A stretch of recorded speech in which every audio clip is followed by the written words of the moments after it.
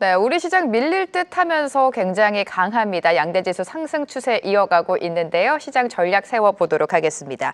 전략적 투자 이준석 우리자산운용 상품 전략실실장과 함께합니다. 실장님 안녕하세요. 반갑습니다. 안녕하세요. 네, 코스피 지수가요. 오늘 하루만 보더라도 3,200선을 하회했다가 다시금 반등에 나서주면서 3,200선을 계속해서 지지해주고 있습니다. 생각보다는 좀 강하게 버티고 있는데 시장 어떻게 보셨습니까? 시장은 지난번에 나왔을 때도 좀 말씀드렸지만은 단기적으로 좀 상승이 좀 급하게 많이 올랐었던 부분들, 그다음에 그 부분에 대한 단기 차익 실현, 그다음에 최근에는 정부에서 주주환원 정책과 관련해 가지고 약간 한 발을 뒤로 물러서는 모습들, 그다음에 이제 관세 영향 때문에, 관세 합의 영향 때문에 시장이 조금 밀릴 법한데 어제 삼성전자 호재라던가 뭐 하이닉스의 반등이라던가 아니면 기존 주주들의 반등으로 인해서 섹터 로테이션만 조금 급하게 일어나면서 시장 자체 지수 자체는 3,200포인트에 머물러 있고, 그다음에 아마도 이런 기간 조정이 좀 이어지지 않을까 생각을 하고 있습니다. 그리고 시장이 완화적이 되는 순간부터 기존의 주도주들이 다시 한번 좀 쉬면서 기존에 좀 눌려 있었던 그런 기업들이 다시 한번 좀 반등하는 시나리오로 가지 않을까 생각하고 있습니다.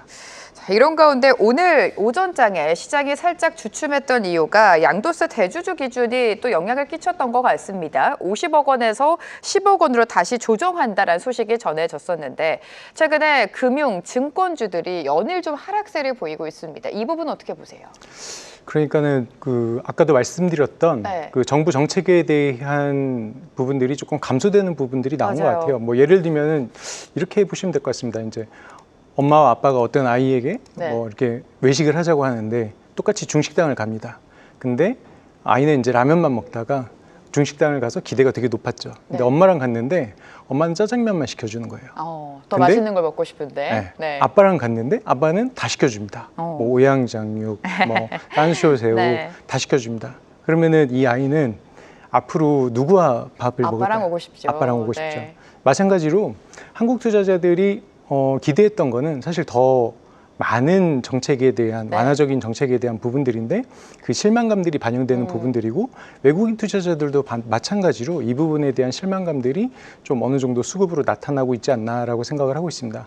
뭐 이런 정책들이 좀 기대에 못 미친다라고 하면은 뭐 외국인 투자자뿐만 아니라 국내 투자자들도 연말이 됐을 때는 당연히 또 국내 주식을 팔고 해외 주식, 미국 주식으로 넘어가는 부분들이 좀 반복되지 않을까. 그래서 정책 위반하시는 부분들은 기왕에 정부의 가이드가 집을 사지 말고 주식을 사서 부자가 되자라는 정책으로 가지고 있기 때문에 이 부분에 대해서는 조금 더 적극적으로 정책에 조금 위반을 해주셨으면 하는 바람이 있습니다.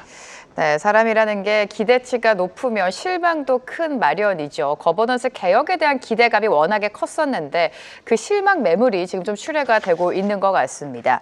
자, 한미 간의 관세 협상도 이야기를 안 해볼 수가 없죠. 31일에 예정되어 있고요.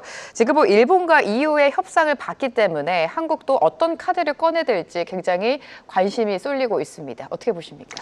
그러니까 협상 타결이 돼야 되는 게 선결 문제인 것 같고요. 그다음에 기본적으로는 15%까지는 우리가 받아내야지만 EU하고 일본하고 동등선상에서 시작할 수 있을 것 같습니다. 그래서 협상 타결이 15% 수준이 되면은 자동차, 철강 중심으로 뭐 다소간의 랠리가 나올 수 있을 것 같고요. 그다음에 협상이 결렬되는 부분이 나오게 된다라고 하면은 수출 경제에 타격을 입을 수 있는 부분들이 나타날 수 있을 것 같습니다. 그래서 이런 부분들이 가장 클 것 같고요. 근데 지금 시장은 아무래도 협상 타결되는 쪽으로 시장은 가격을 좀 반영하고 있는 것 같습니다. 네, 한미 협상과 관련해서 어떤 결과가 나올지 지켜보셔야 될 것 같고요. 반도체 이야기도 좀 해보도록 하겠습니다. 어제 삼성전자가 좀 의미 있는 급등이 나오지 않았습니까? 7만 전자를 오랜만에 회복을 하면서 반도체주 훈풍이 부나 싶었는데 2주 안에 반도체 관세를 부과할 것이다라는 발언이 투심을 다시금 좀 위축시키고 있는 양상입니다. 반도체 섹터 어떻게 보세요, 실장님? 저는 긍정적으로 보고 있고요. 대신에 조금 지금의 상승은 AI 반도체 중심으로 봐야 될 것 같습니다. 그래서 레거시 부분들은 여전히 좀 수요가 부족한 부분들이 나오고 있고, 뭐 팹리스라던가 아니면은 HBM 이쪽에 대한 수요들이 계속 늘어나는 부분들을 좀 관심 있게 봐야 될 것 같습니다. 그래서 전반적으로 지금까지 시장을 이끈 거는 하이닉스, HBM 의 밸류 체인들이 우리나라 반도체 시장을 이끌었다라고 하면은 어제 이제 삼성전자 테슬라의 계약은 매우 좀 긍정적인 부분들이 있습니다. 22조 8조 원에 대한 부분들이 계약이 수주 공시가 나왔었고, 그다음에 일론 머스크가 추가적으로 더 레벨업이 될 수 있다라는 부분들을 이야기를 하고 있는데, 24년도 2분기에 테슬라의 그때 실적 발표에서 코멘트했던 부분들을 보게 된다고 하면은 차량들에 들어가는 부분들이 차량이 한 1억 대 정도, 네. 그다음에 옵티머스가 수십억 대, 그다음에 도조 2, 3에 들어가는 부분들에 대한 반도체를 설계를 해야 된다는 부분들, 강력한 수요를 얘기를 했었고, 네. 그러한 부분들이 미국의 삼성전자의 팹을 통해서 나간다라는 부분들은 향후에 삼성전자가 팹에서 일부 지금 현대 상태로 본다라고 하면은 수율이 어느 정도 잡혔다라는 거에 대한 반증, 그다음에 이 미국 그 AI 반도체 밸류체인에서 반드시 필수 불가결한 그런 존재가 되어간다라는 부분에 있어서는 매우 긍정적으로 바라보고 있습니다. 네, 반도체 섹터 전반적으로 좀 긍정적인 시각을 제시해 주신 것 같습니다. 반도체 흐름을 보려면 미국의 빅테크 실적도 안 볼 수가 없는데 이번 주 메타가 실적 발표를 앞두고 있습니다. 사실 뭐 메타뿐만이 아니라 MS, 애플까지 실적 발표를 앞두고 있는데 메타 실적은 어떻게 보십니까? 메타는 지금 가이던스가 1분기 대비해서 2분기가 조금 EPS가 감소되는 부분들 가이던스가 나오고 있는데 뭐 그것보다도 우리나라 기업들을 중심으로 봤을 때는 얼마만큼 가이던스 상에서 AGI 구축 장기 목표 아래서 AI 인프라에 대한 막대한 자본 지출을 하느냐, 이 부분이 가장 커멘트가 중요할 것 같습니다. 그래서 이러한 부분들이 우리나라 HBM 반도체, 그다음에 삼성 팹, 그다음에 전력기기 원전과 같은 그런 섹터에 미치는 영향들을 좀 봐야 될 것 같고요. 그다음에 AI 수익화에 대해서 이제 성공을 했기 때문에 메타가 실적이 계속 좀 좋게 나오고 있고, 그다음에 주가도 우상향을 하고 있는데, 이런 관점에서 우리나라 네이버, 카카오는 얼마나 잘할 수 있는가, 이런 것들이 좀 관점이 될 것 같습니다. 네, 이번 주에 빅테크 기업들의 실적 발표를 앞두고 있는데 여기서 더 중요한 건 AI에 얼마나 투자할 것인가인 것 같습니다. 그렇기 때문에 간밤 또 엔비디아가 사상 최고가까지 경신하지 않았나라는 생각이 드는데요. 미증시 지금 나스닥 중심으로 기술주 중심으로 계속해서 랠리가 나오고 있습니다. 엔비디아 뭐 보셨겠지만 사상 최고가까지 경신을 하지 않았습니까? 계속해서 이어질까요, 실장님? 저는 계속 이어질 거라고 생각을 하고 있습니다. 왜냐하면은 미국 정부가 이 관세 협상을 할 때 사실은 채찍과 당근이 있었는데 채찍을 저희가 한 4월 달에 맞았지 않습니까? 네. 근데 이제 그런 부분들이 좀 반복될 거라고 생각했는데, 지금 상황을 보게 된다라고 하면은 대부분의 국가들이 미국과의 관세 협상을 마무리를 하고 있고, 중국 같은 경우는 다시 90일을 유예해지는 부분들, 그래서 아마도 이번에 채찍을 안 맞을 것 같습니다. 맞는다라고 하면은 좀 안타깝게도 우리나라가 좀 맞을 가능성이 좀 있어 보이고요. 그다음에 오히려 이제 당근과 관련한 부분들, 감세하는 부분들이 이제 미국에서 나타나고 있고, 그런 부분들은 결국에 좀 미국에서 또 AI 액션 플랜 관련해가지고 AI의 국가 경쟁력을 끌어올리는 차원으로 가져가고 있고, 그다음에 대표적인 엔비디아 같은 경우에도 지금 밸류에이션이 역사상 최고로 비싼 수준은 아닙니다. 그렇기 때문에 밸류에이션 실적이 이끄는 AI의 그 상승이기 때문에 예전에 과거 2000년대 닷컴 버블처럼 전방위적으로 이제 붕괴하는 게 아니라 AI로 돈을 버는 기업들, 주도주들은 계속 상승을 할 것이고, 그다음에 AI를 활용하지 못하는 그 중심에 없는 기업들은 도태되는 부분들, 이런 것들은 국가와 개인들도 마찬가지로 반영될 부분들이라서 AI 반도체 기업들, 그다음에 메타 팔란티어와 같은 AI 소프트웨어 기업들에 대해서는 꾸준하게 관심을 갖는 것들이 중요할 것 같습니다. 네, 미국 기술주 중심의 상승은 계속해서 이어질 것이다라고 예상을 해주셨고요. 국내 시장으로 돌아와서 소버린 AI에 대한 기대감도 큽니다. 네카오랑 카카오에 대한 전략도 좀 짚어봐야 될 것 같은데, 오늘 또 뉴스가 나오지 않았습니까? GPU 1.3만 장을 확보하면서 카카오, 네이버, NHN이 사업자로 선정이 됐습니다. 이 부분과 함께 네카오에 전망해 주실까요?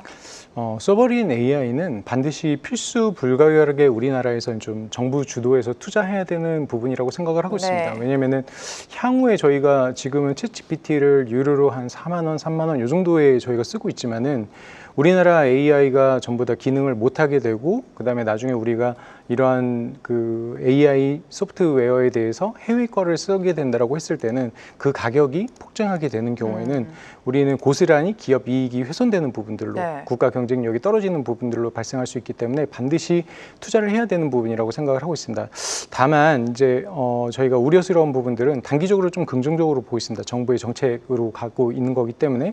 하지만 장기적으로는 좀 불투명하게 보고 있습니다. 왜냐면은 지금 미국의 메타나 팔란티어 같은 기업들은 이미 이익이 늘어난 부분들, 어닝 서프라이즈가 연속적으로 나오는 부분들이 있는데 이러한 부분들이 우리나라 네이버, 카카오 같은 기업들은 라인과 카카오톡을 통해서 메타와 같이 이익 성장을 보여주는 부분들이 반드시 나와줘야지만 되는 부분들이 있고요. 그래서 단기적으로는 지금 많이 급등을 했다가 조정받은 상태이기 때문에 트레이딩 하기에는 좀 편안한 자리라고 생각을 하고 있고요.